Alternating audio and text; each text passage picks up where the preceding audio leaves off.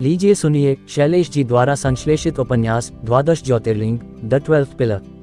भारत के दक्षिणी छोर पर स्थित उस पावन तट की ओर चलते हैं जहां हिंद महासागर और बंगाल की खाड़ी का मिलन होता है। ये वह भूमि है जहां हर और हरि, शिव और विष्णु के एकाकार होने का साक्षी स्वयं समुद्र बना। अध्याय 7 सेतु का संकल्प। रामेश्वरम ज्योतिर्लिंग। चारों ओर अंतहीन नीला समुद्र, लहरों का शोर मानो किसी बड़े युद्ध की आहट दे रहा है। तट पर वानर सेना की हलचल है, पत्थरों पर राम नाम उकेरा जा रहा है।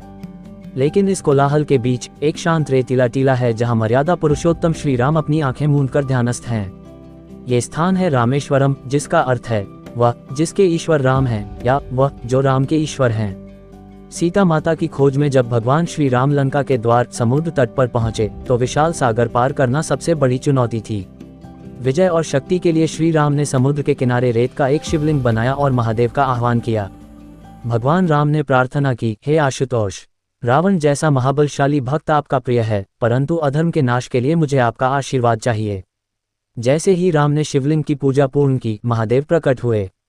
उन्होंने राम को विजय का वरदान दिया। तब राम ने विनम्र भाव से कहा, प्रभु, आप लोक कल्याण के लिए सदा इस स्थान पर निवास करें, ताकि जो भी यहाँ आए उसे पापों से मुक्ति मिले। महादेव ने उनके अनुरोध को स्वीकार किया और उस रेत के शिवलिंग में ज्योति रूप में समा गए। एक अन्य कथा के अनुसार रावण, जो कि एक ब्राह्मण था, के वध के बाद ब्रह्म हत्या के पाप से मुक्ति के लिए श्री राम ने हनुमान जी को कैलाश से शिवलिंग लाने भेजा।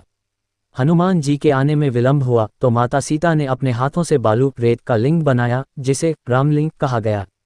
हनुमान जी जो लिंग लाए उसे विश्वलिंग कहा गया। आज भी परंपरा है कि पहले हनुमान जी द्वारा लाए गए लिंग की पूजा होती है, फिर मुख्य ज्योतिर्लिंग की। रामेश्वरम की यह गाथा हमें मर्यादा और भक्ति का सबसे सुंदर उदाहरण देती है।